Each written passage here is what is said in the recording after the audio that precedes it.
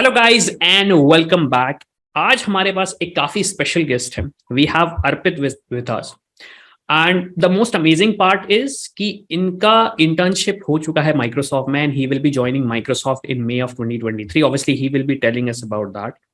जो गोल है इस पर्टिकुलर इंटरव्यू का वो काफी सिंपल है। Arpit is actually working a lot in open source.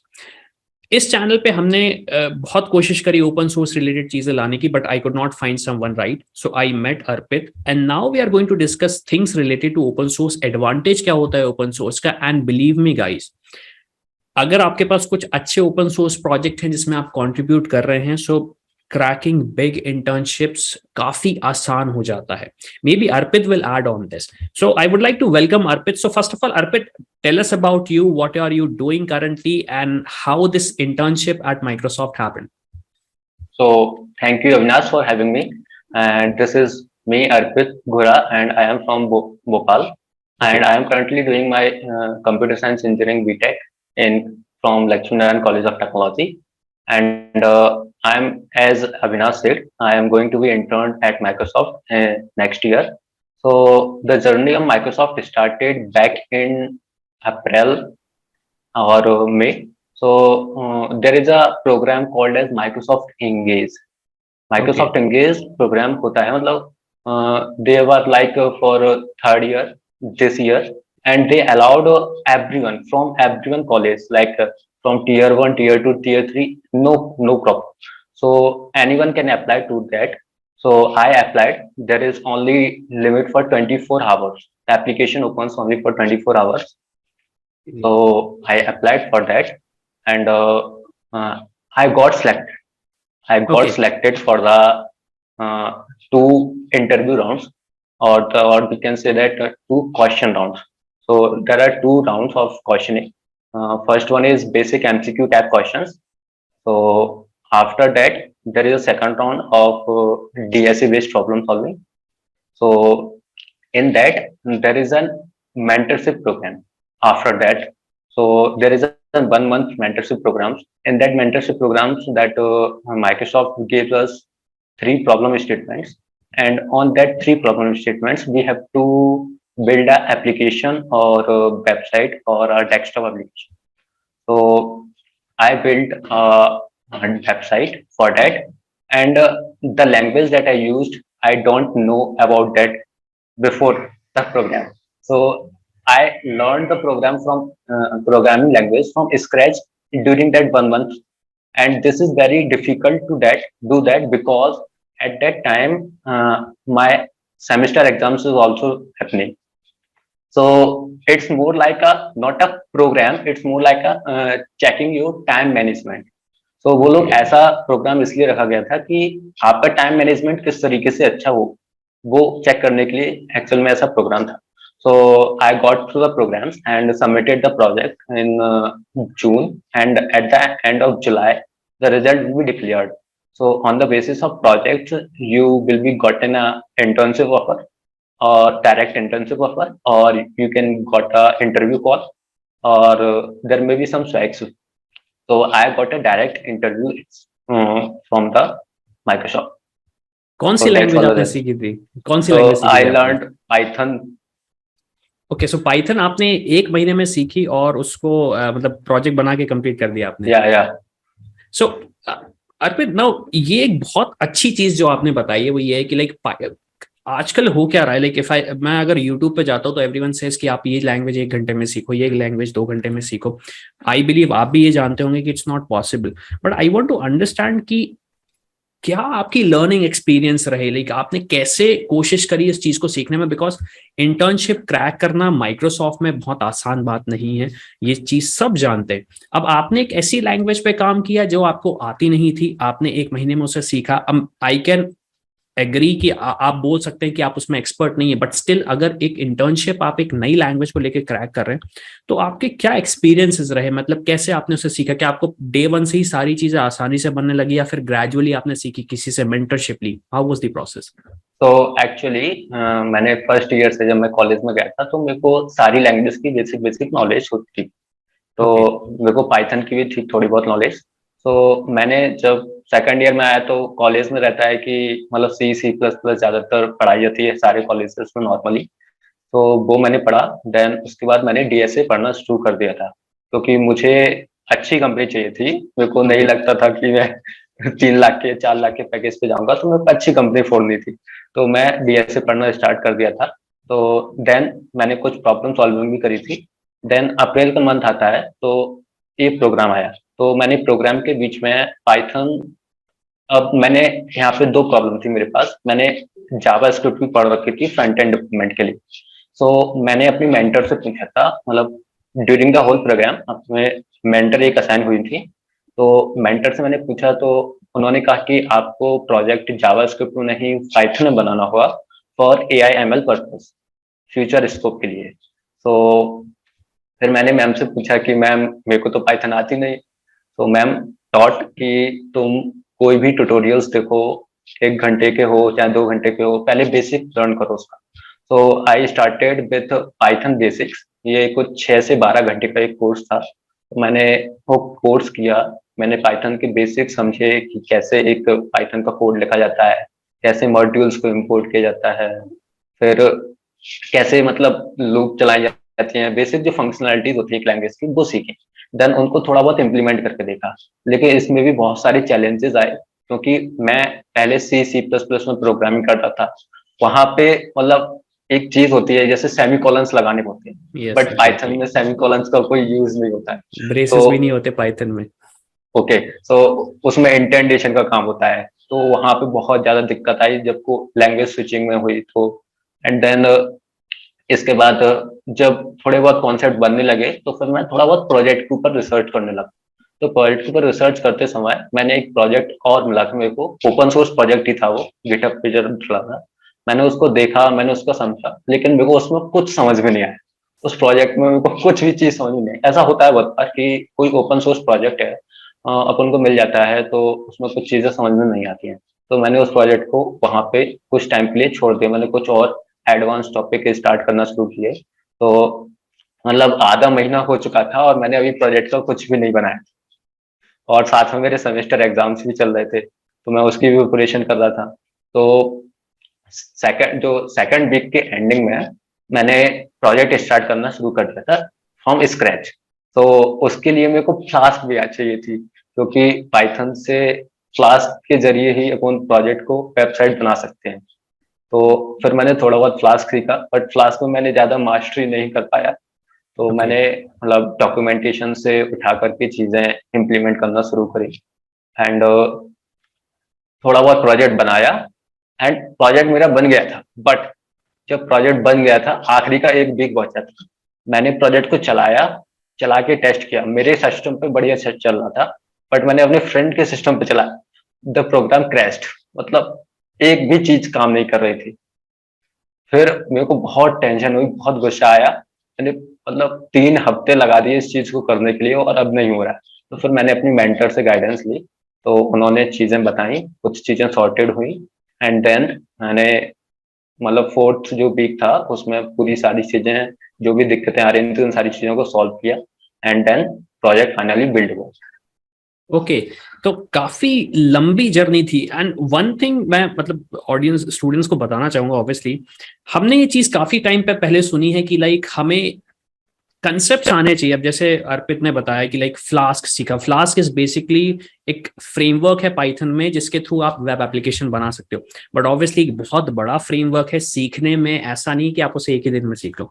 But what Arpit did, उन्होंने एक अच्छी चीज ये बोली कि उन्होंने डॉक्यूमेंटेशन का फॉलो किया, और डॉक्यूमेंटेशन के थ्रू क्या होता है, एक स्टैंडर्ड हमें पता चल जाता है.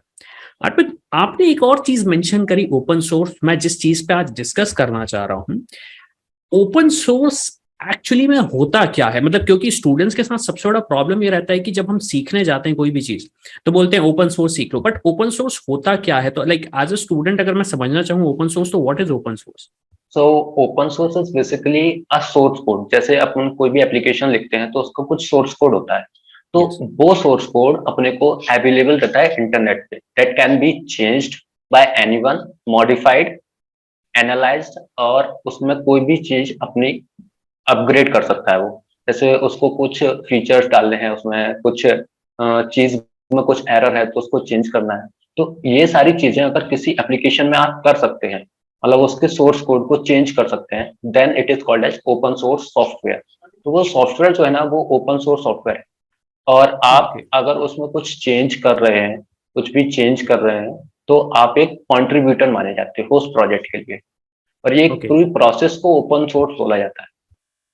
ओके। सो अर्पित, नाउ आपने एक अच्छा टर्म बोला कंट्रीब्यूटर का। So like what is contributor? मतलब ओपन सोर्स ठीक है, एक ऐसा प्रोजेक्ट है या फिर एक ऐसा लैंग्वेज है या सॉफ्टवेयर है जो जिसका सोर्स कोड अवेलेबल है। Hmm. Contribution first of all होता क्या है, और as an individual, as a student अगर मैं बात करूं तो मेरे लिए क्या फायदा है एक ओपन सोर्स प्रोजेक्ट के कंट्रीब्यूशन का?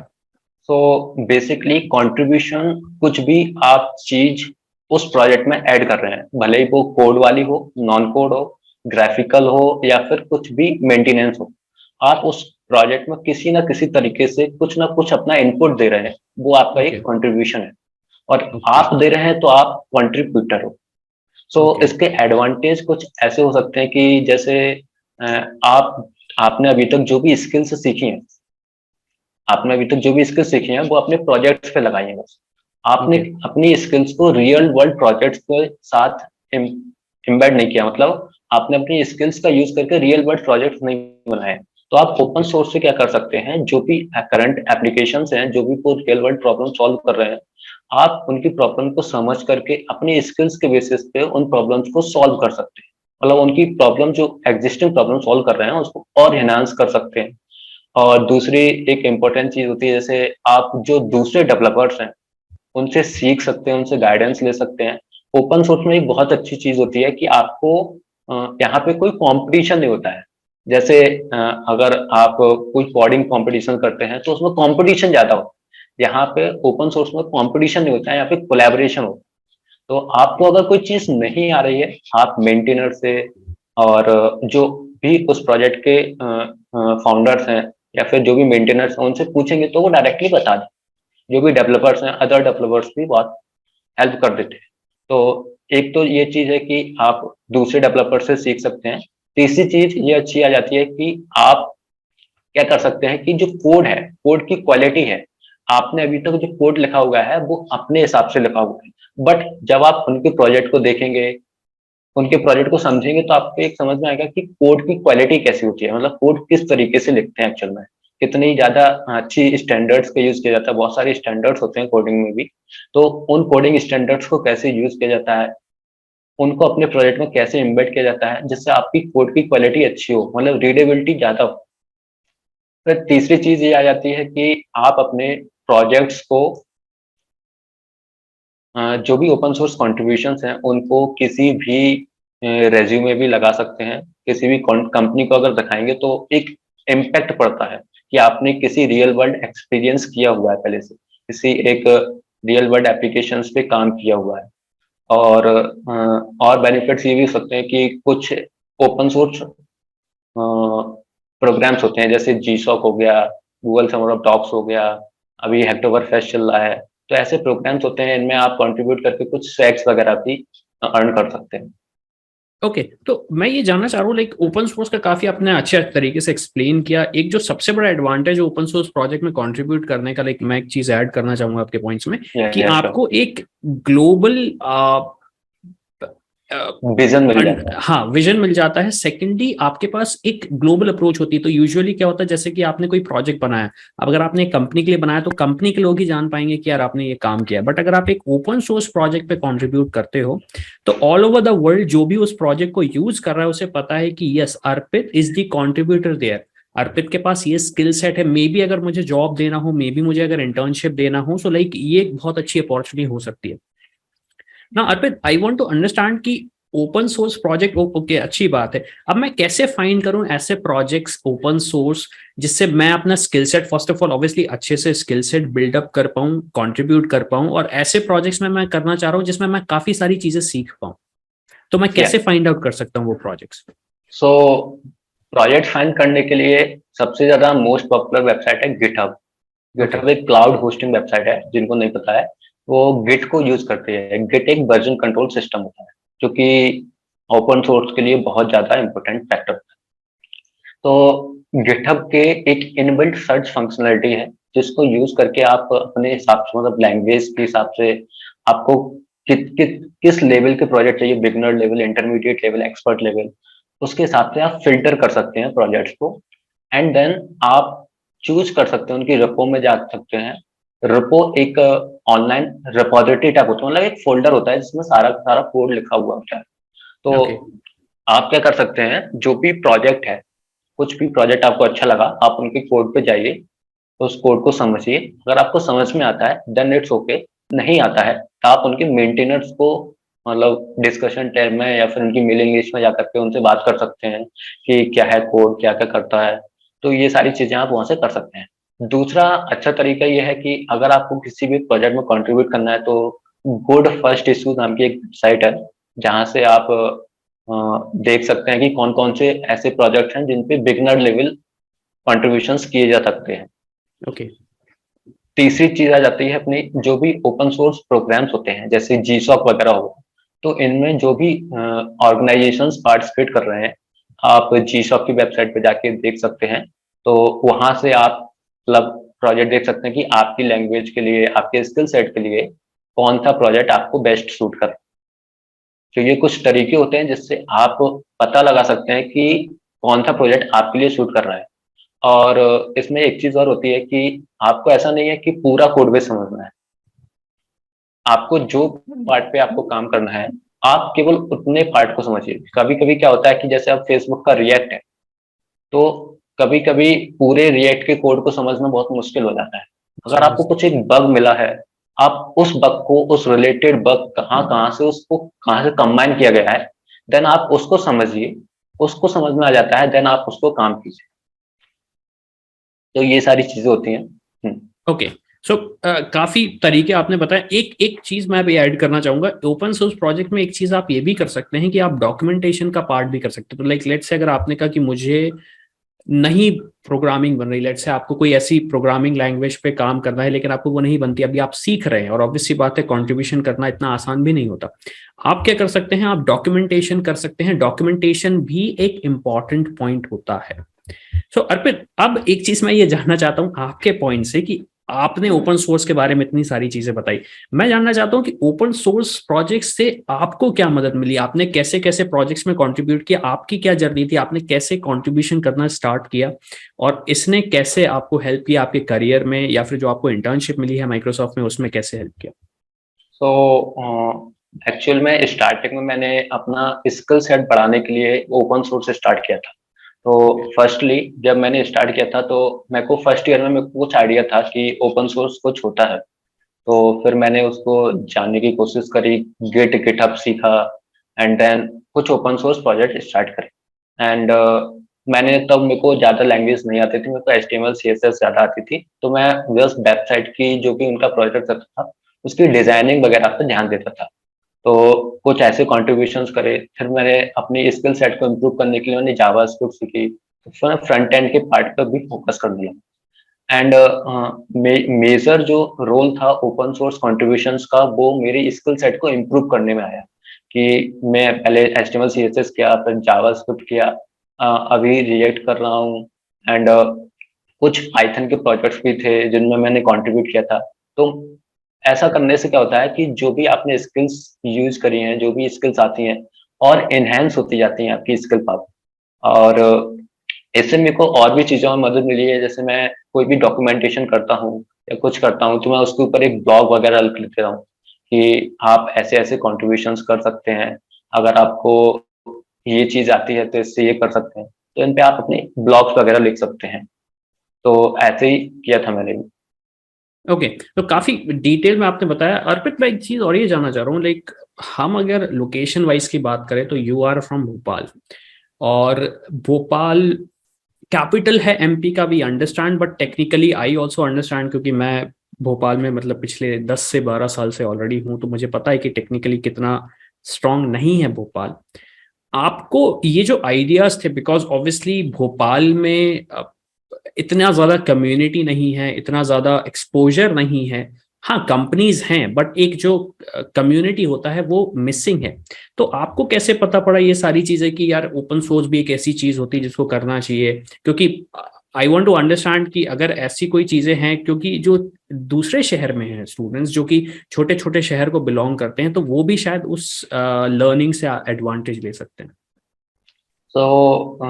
मैंने स्टार्टिंग में ये सारी चीजें जानने के लिए कुछ यूट्यूब देखा था, बहुत सारा यूट्यूब पे कंटेंट सर्च किया कि मतलब अपनी स्किल सेट को कैसे इम्प्रूव कर सकते हैं, कैसे चीजों को एक्सप्लोर कर सकते हैं। मतलब कुछ ऐसे वीडियोस भी देखे थे कि मतलब फर्स्ट ईयर में क्या करना चाहिए, सेकंड ईयर में क्या क्या करना चाहिए। एक ओके। और यूट्यूबर्स थे जिन्होंने बताया था कि उनकी बड़ी बड़ी टेक कंपनीज में जॉब मिली है, उन्हें जॉब ऑफर्स आए हैं, तो उनको भी कुछ वीडियोस देखे थे, तो वहां से कुछ आइडिया मिला था कि ये सारी चीजें भी होती हैं। और कुछ मतलब टीचर्स थे हमारे, मतलब स्कूल टीचर्स थे, और कुछ जैसे हमारे कुछ फ्रेंड्स हो गए, तो वहां से भी कुछ नॉलेज मिला था। और अब थोड़ा सा क्रेज आया है भोपाल में क्लब्स वगैरह का, कम्युनिटी का। तो कुछ गूगल डेवलपर क्लब्स चलने लगे हैं, जीडीसी भोपाल हो गया अपना। तो ऐसे क्लब्स आ गए हैं जिनमें थोड़ी सी कम्युनिटी अब बिल्ड होना स्टार्ट हुई है। अभी तक नहीं था कुछ, तो ऑनलाइन ज्यादा चलता था, किसी ऑनलाइन कम्युनिटी में पार्ट हो गए। बहुत सारी ऑनलाइन कम्युनिटीज हैं, आप किसी में भी पार्ट हो सकते हैं। और इन सारी चीजों की, अगर बहुत ज्यादा चीजें समझने की चीजें हैं, अगर आपको बहुत ज्यादा इन्फॉर्मेशन चाहिए है इन सारी चीजों की, तो Twitter is the best place I think. Twitter okay. पे आप किसी भी चीज टाइप की नॉलेज को ले सकते हैं। ओके। सो ऑनलाइन यूट्यूब एक अच्छा सोर्स है, सेकेंडली ट्विटर एक अच्छा सोर्स है। Now that is a very good advice you have given us. अब मैं एक चीज और जानना चाह रहा हूँ आपके तरफ से कि लाइक जब हम इंटर्नशिप्स के लिए अप्लाई करते हैं, ओके, इंटर्नशिप्स के लिए अप्लाई करते हैं, तो हम गिटहब प्रोफाइल को ऐसा कैसे बना सके? Because GitHub profile is ultimately एक तरीके से रेज्यूमे ही है हमारा। और या मैंने आपका गिटहब प्रोफाइल देखा है, आपके काफी सारे कंट्रीब्यूशन है, आपने खुद भी ओपन सोर्स प्रोजेक्ट्स बनाए हुए हैं। तो आप ऐसी क्या टिप्स देना चाहोगे स्टूडेंट्स को जो कि अभी से वो फॉलो करें, ताकि जब वो किसी इंटरव्यू में जाएं या फिर किसी इंटरव्यू के लिए अप्लाई करें तो वो अपनी गिटहब प्रोफाइल को काफी अच्छे तरीके से शोकेस कर सके? क्या वो ऐसी चीजें हैं जो कि उन्हें फॉलो करना चाहिए as a student? So firstly, जब भी आप कोई प्रोजेक्ट बनाते हैं तो मेक श्योर करें कि आप उसको कहीं ना कहीं ओपन सोर्स करें। मतलब आप उसको गिटहब पे डालें, अपने रेज्यूमे में मेंशन करें। इवन अगर आप कोई वेबसाइट या एप्लीकेशन बनाते हैं तो उसका रिलीज करें। मतलब आप वेबसाइट को होस्ट कर सकते हैं, ऐप को ऐप स्टोर पर रिलीज नहीं कर पा रहे हैं, प्ले स्टोर पर नहीं कर पा रहे हैं, तो आप गिटहब के थ्रू उसको रिलीज कर सकते हैं। ये भी गिटहब एक फंक्शनलिटी देता है। तो आप ओके। जो भी प्रोजेक्ट्स बनाएं उनको आप गिटहब पे डालें। अपनी जो भी प्रोफाइल है रेज्यूमे गिटहब की, उसमें एक अब नया फैसिलिटी दिया है गिटहब ने कि आपके नाम के स्लैश करके आपका जो यूजर नेम है उस पे आपका एक रीडमी बन जाता है। रीडमी एक ऐसी फाइल होती है जो कि सबसे पहले दिखती है। तो आप उस फाइल के जरिए आप अपना जो भी डिटेल्स हैं आप उनको शोकेस करा सकते हैं कि आप ये चीजें करते हैं, ये आपके बारे में है, अबाउट बता सकते हैं, आपने क्या क्या पास्ट कॉन्ट्रीब्यूशंस किए हैं, वो सारी चीजें आप वहाँ पे बता सकते हैं। मतलब एक फर्स्ट इंप्रेशन टाइप का हो जाता है वो गिटहब। और सेकंडली आप ये कर सकते ओके। हैं कि आप कोडिंग स्टैंडर्ड्स को फॉलो करें। मतलब जो भी कोडिंग स्टैंडर्ड्स हैं, जिस भी लैंग्वेज में आप पार्ट कर रहे हैं, कोड करते हैं, उसके कोडिंग स्टैंडर्ड्स हैं उनको फॉलो कीजिए। एंड देन आप उनको अपने प्रोजेक्ट्स में अप्लाई करने की कोशिश कीजिए। इससे होगा क्या, अगर कोई किसी कंपनी का रिक्रूटर आपकी प्रोफाइल को विजिट करता है, देन वो आपकी कोड को देखता है तो वो समझेगा कि हाँ, ये जो पर्सन है, ये जो बंदा है, वो अच्छे से कोड करता है, इसको कोडिंग स्टैंडर्ड्स पता हुए कि ऐसे ऐसे कोड करते हैं। तो उससे एक अच्छा इम्पैक्ट पड़ेगा आपकी प्रोफाइल। और तीसरी चीज ये है कि आप जो भी काम करें उसको अपने सोशल मीडिया के थ्रू बताएं लोगों को। लर्निंग इन पब्लिक बोल सकते हैं कि आप जो भी लर्न कर रहे हैं उसको पब्लिकली करें। ओके। ओके। सो बेसिकली आपका कहने का मतलब ये है कि लाइक फर्स्ट ऑफ ऑल जो भी प्रोजेक्ट्स बनाएं वो गिटहब पे जरूर से जरूर अपलोड करें या फिर पुश जो कि टेक्निकल टर्म है वो करें। दूसरी चीज ये है कि अपना रीडमी फाइल को ऑब्वियसली बात ऐसा बनाएं। एक चीज जो मैं रिकमेंड करूंगा कि प्लीज मेक श्योर कि अगर आप अपनी रीडमी फाइल बना रहे हैं तो उसमें आप अपने कॉन्टेक्ट डिटेल्स जरूर दीजिए।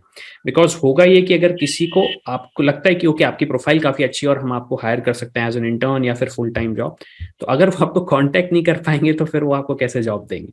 एंड फाइनली एक अच्छी चीज ये भी बोली है कि लाइक आपको अपना शोकेस करना है कि लाइक लेट्स से अगर आपने कोई चीज बनाई है या फिर कोई प्रोजेक्ट पे काम किया तो प्लीज शोकेस। मैं आपको एक सिंपल सी स्टोरी बताता हूँ। अर्पित और मैं एक व्हाट्सएप ग्रुप में कनेक्टेड हैं और मुझे अर्पित के बारे में कैसे पता पड़ा, उन्होंने अपना प्रोजेक्ट के बारे में उस व्हाट्सएप ग्रुप में डाला हुआ था और मैंने जैसे ही उस पर क्लिक किया I looked into his profile.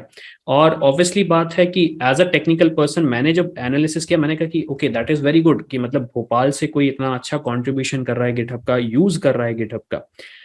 एक जो सबसे इंपॉर्टेंट चीज है कि इसे हम प्रमोशन बोल सकते हैं, प्रमोशन की जगह मैं ये बोलूंगा कि लर्न इन पब्लिक। तो आप शोकेस करें कि आप क्या क्या ग्रेजुअली चीजें सीख रहे हैं। एंड ऑब्वियसली बात है सबसे बढ़िया लोकेशन आपको शोकेस करने के लिए है LinkedIn. And Arpit one last thing I want to understand, GitHub एक टेक्नोलॉजी पे बेस्ड है जो कि गिट है, जो कि आपने कुछ देर पहले बताया था। तो उसे सीखने में कितना टाइम लगता है? बिकॉज मेरे पास काफी सारे स्टूडेंट्स के मैसेज आते हैं कि सर मुझे गिट नहीं बनता। अब गिट, अगर गिट की बात करूं तो गिट एक one of the most important concept है in the field of software. अगर आपको वो नहीं बनता तो शायद ही कोई कंपनीज होंगी जो उसे यूज नहीं करते। तो मैं आपके एंड से जानना चाहता हूं कि उसे कितना टाइम लगता है सीखने में और क्या हम कर सकते, मतलब कैसे सीख सकते हैं गिट को? So it depends person to person. तो बेसिकली गिट सीखना दो तरीके से हो सकता है। आप गिट कमांड लाइन के थ्रू सीख सकते हैं और एक ग्राफिकल इंटरफेस के थ्रू सीख सकते हैं। ग्राफिकल इंटरफेस में दो ऑप्शन आ जाते हैं। बेसिकली आप वेबसाइट का यूज कर सकते हैं, जो गिटहब की वेबसाइट है उसका डायरेक्टली यूज कर सकते हैं। दूसरा गिटहब का एक एप्लीकेशन है गिटहब डेस्कटॉप करके, आप उसका यूज कर सकते हैं। अगर आपको गिट कमांड लाइन से सीखना है, जो कि ज्यादातर सारी सॉफ्टवेयर कंपनीज में यूज होता है कमांड लाइन से, तो उसको सीखने के लिए आपको गिट की कमांड्स आनी चाहिए। ऐसा नहीं है कि आपको सारी कमांड्स याद हो, जो नॉर्मल कमांड्स होती हैं उनको आपको आना चाहिए। और ये चीज आप हफ्ते 10 दिन में कर सकते हैं। मतलब आपने कुछ चीजें सीखी, कुछ वीडियोस देखी, आपने चीजों को समझा, आपने उनको इम्प्लीमेंट किया। अगर आपको इम्प्लीमेंटेशन हो जाता है देन आप दूसरी चीजों को बढ़िए। नहीं होता है देन आप उसकी ऑफिशियल डॉक्यूमेंटेशन पे जा सकते हैं। कुछ जो प्रोजेक्ट्स पहले से बने हुए हैं या फिर आप उस प्रॉब्लम को उठा करके सीधा सर्च कर सकते हैं। गिटहब के कमांड लाइन में, गिट के कमांड लाइन में एक बहुत अच्छी चीज है, आप उसमें हेल्प करके जाएंगे, हेल्प लिखेंगे तो जो भी आपकी प्रॉब्लम है ना उसको डायरेक्टली वहीं पे सॉल्यूशन बता देगा वो। अगर आपने कुछ मतलब पुश किया और उसमें कुछ कॉन्फ्लिक्ट वगैरह आ गए तो वो बता देगा तुरंत कि इसको ऐसे रिजॉल्व कर सकते हैं। ये बहुत अच्छी चीज है उस गिट के कमांड लाइन की। तो आप उसको अपने हिसाब से, ये आपके ऊपर डिपेंड करता है कि आप कितने जल्दी इसको सीख सकते हैं। मैंने उसको 15 दिन में सीखा था और उसके बाद मैंने उसका एक गिट का पूरा प्रोफेशनल कोर्स होता है, मैंने कोर्सेरा से किया था, एटलासियन का था। तो वो कोर्स किया था, दैट टेक्स अबाउट 1 मंथ। तो आप पहले बेसिक कीजिए, देन उसके बाद आप एडवांस पे मूव कीजिए। ओके, सो एक चीज मैं बताना चाहूंगा स्टूडेंट्स को। First of all Git is a free technology, free and open source technology, जिसपे हम डिस्कस कर रहे थे। एंड ऑब्वियसली बात है 15 डेज का टाइम इसलिए बिकॉज ये जो टेक्नोलॉजी है गिट की बहुत ज्यादा इंपॉर्टेंट है। अभी अगर आप किसी भी मेंटर से बात करेंगे, अगर आपने बोला आपको गिट बनता है तो आपकी मैक्सिमम प्रॉब्लम सॉल्व हो सकती हैं। ऑब्वियसली अच्छी अपॉर्चुनिटीज मिल सकती है क्योंकि मैक्सिमम स्टूडेंट्स को गिट नहीं बनता। तो आई वुड रेकमेंड कि आप प्लीज इसे लर्न करिए। So Arpit, one last question I have for you. आपने अपने इस 3 साल की जर्नी में कोई ना कोई मिस्टेक ऐसी करी होगी जो आप सोचते होंगे कि यार अगर मैं वो मिस्टेक नहीं करता तो मैं आज काफी आगे पहुंच जाता। वो ऐसी क्या मिस्टेक है जो आप चाहोगे कि हमारे चैनल के ऑडियंस अवॉइड करे और उस मिस्टेक को वो अवॉइड करके जल्दी ग्रो कर सकें? तो स्टार्टिंग में मतलब मैं दो प्रॉब्लम शेयर करना चाहता हूँ। कि पहली प्रॉब्लम ये थी कि मेरे को लैंग्वेज चूज करने में बहुत दिक्कत हो रही है। स्टार्टिंग में जब मैं कॉलेज में आया था तो मैं मतलब ज्यादा commonly use C plus plus, Java, Python, ये लैंग्वेज थी। तो मेरे को स्टार्टिंग में लैंग्वेज चूज करने में बहुत ज्यादा दिक्कत आई थी। एंड देन मैंने उसको टीचर से रिजॉल्व किया था, बहुत सारे टीचर से बात करी थी, अपने दोस्तों से बात करी थी, यूट्यूब पे बहुत देखा था, तब मैंने जाकर के एक लैंग्वेज को चूज किया था। दूसरी चीज जो आती है सामने कि मैंने डीएसए पढ़ना बहुत लेट स्टार्ट किया था। ओके ओके, तो जब आप ऐसी चीजें करते हैं, अगर आपको कुछ अच्छी कंपनी में प्लेसमेंट चाहिए है तो आपको डीएसए पढ़ना थोड़ा मतलब फर्स्ट ईयर के एंडिंग से या फिर सेकंड ईयर के स्टार्टिंग में आपको शुरू कर दो तो ज्यादा बेटर है। मैंने क्या है थर्ड ईयर के स्टार्टिंग में, सेकंड ईयर के एंडिंग से स्टार्ट किया था, तो थोड़ा लेट हो गया था मेरे लिए। तो उसमें क्या होता है कि ऐसी अपॉर्चुनिटीज ज्यादातर इंटर्नशिप के लिए अपॉर्चुनिटीज आती हैं थर्ड ईयर की, मतलब फिफ्थ सेमेस्टर के स्टार्टिंग से आने लगती हैं, ओके या फिर बोले कि फोर्थ सेमेस्टर के एंडिंग से आने लगते हैं परफेक्टली। तो ऐसी चीजों के लिए प्लेसमेंट नहीं, जो डीएसए राउंड्स होते हैं ना वो होते हैं, तो आपको उसमें प्रॉब्लम सॉल्विंग आनी चाहिए। तो उसके लिए आपको पहले से डीएसए पता हो, अच्छे से उस पर कमांड हो, तो एक ज्यादा अच्छा फैक्टर बन जाता है। Okay okay. और चैलेंजेस शायद नहीं, नहीं, दो दो काफी है, तो दो काफी भी काफी है। लाइक एक एक एक चीज जो अच्छी बोली आपने वो ये कि बहुत सारी लैंग्वेज होती हैं। Again one thing I want to mention to students, language आप कोई भी एक चूज कर सकते हैं। ऑब्वियस सी बात है, मैं कोई रिकमेंडेशन नहीं देना चाहता, बिकॉज मैं नहीं चाहता कि मैं एक बायस्ड आंसर दूं आपको मेरे एक्सपीरियंस के बेसिस पे, लेकिन आप कोई भी एक लैंग्वेज चूज कर सकते हैं। दूसरी चीज, इन टर्म्स ऑफ डीएसए की अगर हम बात करें तो ऑब्वियस सी बात है, कंसेप्ट आपको बनने चाहिए। फर्स्ट ईयर से नहीं तो सेकेंड ईयर से आप स्टार्ट कर सकते हैं। मे बी अगर आप अभी फोर्थ ईयर में हो और मे बी अगर थर्ड ईयर में हो तो एटलीस्ट अब आपको रुकना नहीं चाहिए। अगर आपको अर्पित ने बोल दिया डीएसए सीखना चाहिए तो that means you have to learn. So Arpit, thank you very much, काफी अच्छी चीजें बताई आपने, काफी फ्रूटफुल चीजें बताई। एंड लेट्स होप हमारी चैनल ऑडियंस में से कोई ना कोई एक ऐसा जूनियर आपके साथ आए माइक्रोसॉफ्ट में आपके साथ काम करने, जिसमें आपको श्योर। मजा आएगा। Okay, thank you Arpit. Thank you for having me.